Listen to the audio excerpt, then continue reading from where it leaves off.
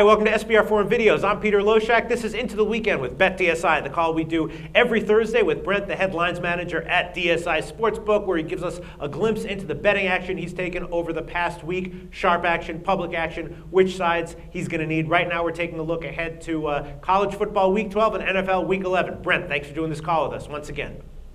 Thanks for having me back, Peter. Okay, let's start with part one, college football, Week 12, and there's a lot of interesting lines this week. Kansas State at Baylor. Let's take that one. The first one, Kansas State, of course, is our top-ranked team now for the first time, and they are a 13-point road favorite against Baylor. They've been a great bet against the spread all year long. I'm wondering, I'm assuming the public's been pounding Kansas State, right?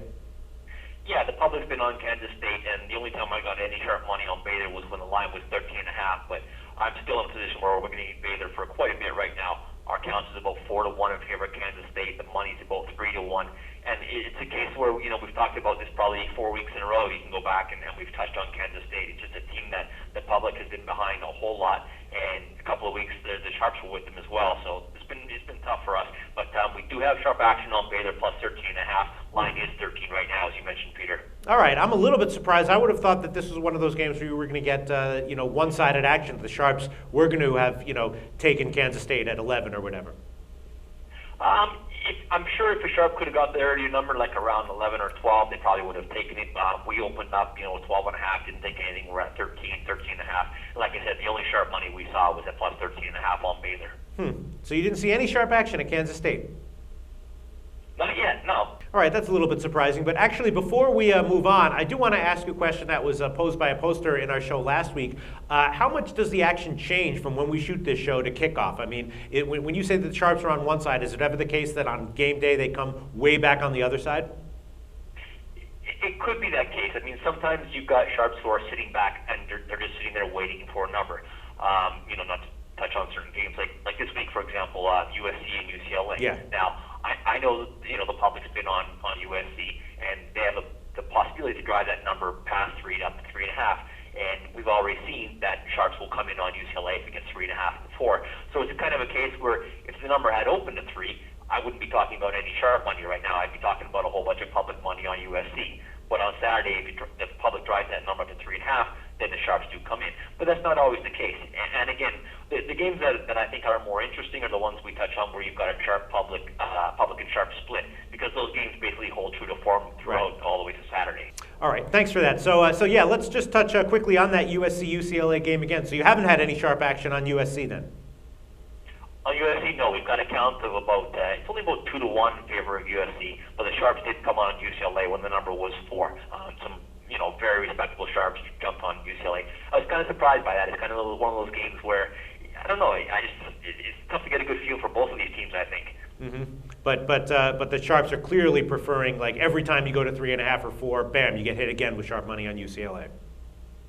If we go above, right now we're 3 minus 15, Peter, on USC. If we go to 3.5, we'll get UCLA money for sure. All right, let's talk about the next game I want to talk about, which is probably the most controversial line of the week, which is Utah State at Louisiana Tech. Of course, Louisiana Tech, great team this year. They're ranked number 20 at the moment, yet they're a 3.5-point home dog to unranked Utah State. What's the action been on that line? There's been a ton of action on this game, which is really interesting. I mean, again, there's not traditional strong schools, Utah State and Louisiana Tech, but we've had just really tremendous amount of interest in this game from a betting standpoint. Our money slightly favors Utah State right now, and our betting volume slightly favors Louisiana Tech. The Sharps kind of got involved on both sides. Now, with the line at 3.5, we've only seen some sharp action on Louisiana Tech, but not enough to outweigh the sharp money we took on Utah State, when the line was minus 1.5. That line got driven up on Utah State quite heavily, and we're still at 3.5 just because we have so much more dollar volume on Utah State right now. So then you're saying that the public has not been all over Louisiana Tech getting 3.5 points? Not yet, no. It's mostly been Sharps taking the 3.5, and I think it was mostly Sharps who laid the 1.5, and then public kind of tailed them on Utah State, seeing that line going up. It's been, like I said, it's been a big dollar volume game, and because we've had the sharp split on that accounts for a lot of volume and a lot of wagering volume as well, because the public is looking at this game like wow, who are these teams? And they end up betting on it. All right, and then let's move on to another one of the hugely debated games this week, Stanford at Oregon. A lot of people are saying that Stanford might be a great bet here, getting all those points. The line is, it opened to 21.5, I believe, and now it's down to 20.5. What kind of action have you seen on this one?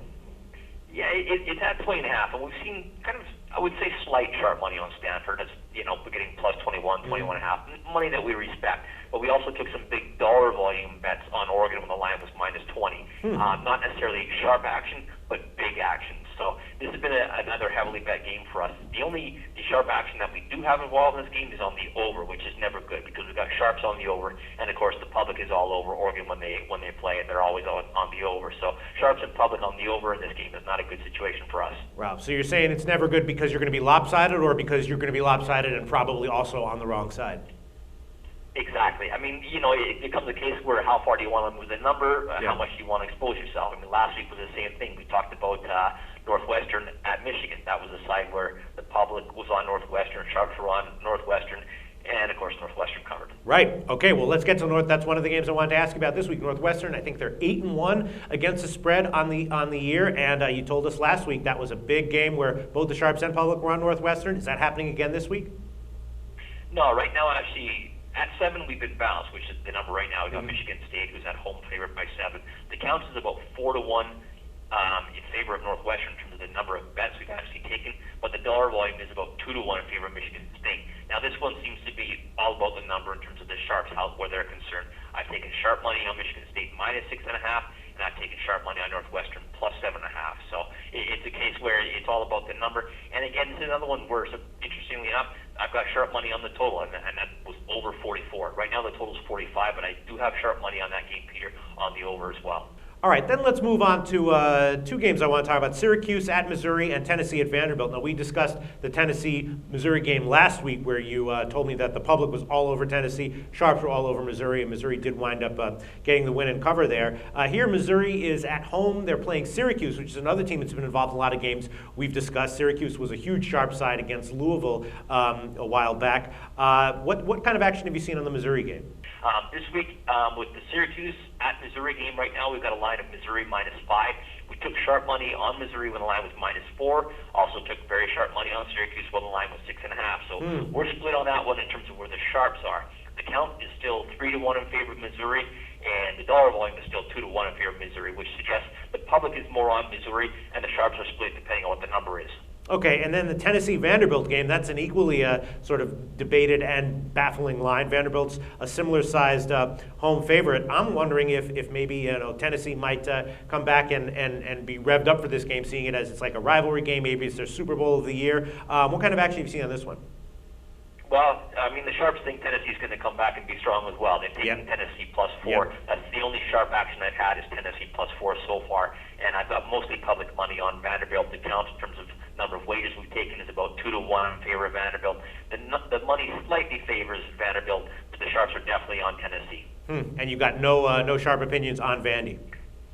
On Vandy, no, just the plus 4 with Tennessee. All right, there you go. And now, before we move on to the NFL, tell us a little bit about some of the notable sharp and or public action that you've seen this week in college football week 12 on either sides or totals, or both. Side totals in both. Well, a definite sharp public split is Boston College. You got sharp money on Boston College when the line was 10.5. Right now we have Virginia Tech favored minus 10. The count is about 5-1 in favor of Virginia Tech, which gives you an idea of how many wagers we're taking that side. But the sharps definitely on Boston College plus the 10.5. I would say Arkansas is a sharp side as well there at Mississippi State. Okay. Brent, I'm going to have to stop you here, okay? We talked about this last week, right? Again, last week you said Arkansas is a sharp side. I said, yeah, but Brent, Arkansas has been a sharp side every week, and they've lost every week. And last week it happened again. You said Arkansas is definitely a sharp side, blah, blah, blah. They lost again. I don't know what's going on with these. Are these really sharp sides, or is this like, are you like, I'll tell these suckers Arkansas is sharp side when really they're the square side? Don't really need to tell those suckers, hey, Arkansas is a sharp side, because my count is 5-1 in favor of Mississippi State right now. Okay. And my dollar volume is even. So that gives you an idea of who's betting what. There's a whole lot of bets on Mississippi State, not as many on Arkansas, but the ones on Arkansas are big dollar bets. In this case, it's sharps who are on Arkansas. Again, what they did was when the line was 6.5, they took it to 7. That's why we're at 6 right now. If you want to say, yeah, I agree with you. If you want to follow it, whatever, that's up to you. I'm just reading the numbers, telling you who bet what. But you know what I'm saying. I mean, Arkansas has been a terrible bet, on the year, and it seems like every week you've told me that Arkansas is a sharp side, and last week I called you out on it, and the same thing happened. You said the sharps were on Arkansas, and they lost against the spread again, right? Yeah, a lot of times what you're going to find, though, Peter, is we're giving out sides that are a little bit ugly sometimes. Right. And again, like I said, Missouri was the case last week where I know some of your posters were kind of questioning, like, wow, Missouri doesn't seem like, they qualify as a sharp side. Syracuse was a sharp side last week, too, at home to Louisville. They got the job done as well. So it's kind of like they don't have to look pretty, but it is what it is. Right. I mean, it's one thing to give out a side that looks ugly. It's another thing to have the sharps on, a side that's repeatedly losing against the spread week after week after week. Maybe the sharps are saying, hey, they're due. No, Yeah. I mean, I don't believe that at all. But I guess they're thinking Arkansas is a better team than we think they are. Okay, what other sharp public splits have you seen this week? How about Central Florida, Peter? Can I sell you that game? Yes. I'm selling things here. You can sell me on anything except Arkansas this year. Okay, well, we'll skip that entirely then. Central Florida at Tulsa. I've got lots of sharps on Central Florida. A couple of guys who we really, really respect, betting a lot of money on Central Florida. They did when the line was 2.5. They bought it up to 3, and the line's 1.5 right now. But I've got a lot of money on Central Florida, and my count's about 3-1 in favor of Tulsa. So that's a real big split there. And again, it's one of those games where it may not look pretty on paper, but the sharps certainly love Central Florida for whatever reason. And another one, just a big dollar value game I want to touch on is Ohio State at Wisconsin. Again, when the line was 3, we had sharp money on Ohio State. But in terms of betting volume, that's just been a fantastic game for us. It's easily the highest bet game on the board so far. All right, thanks so much, Brent. And now let's move on to NFL Week 11.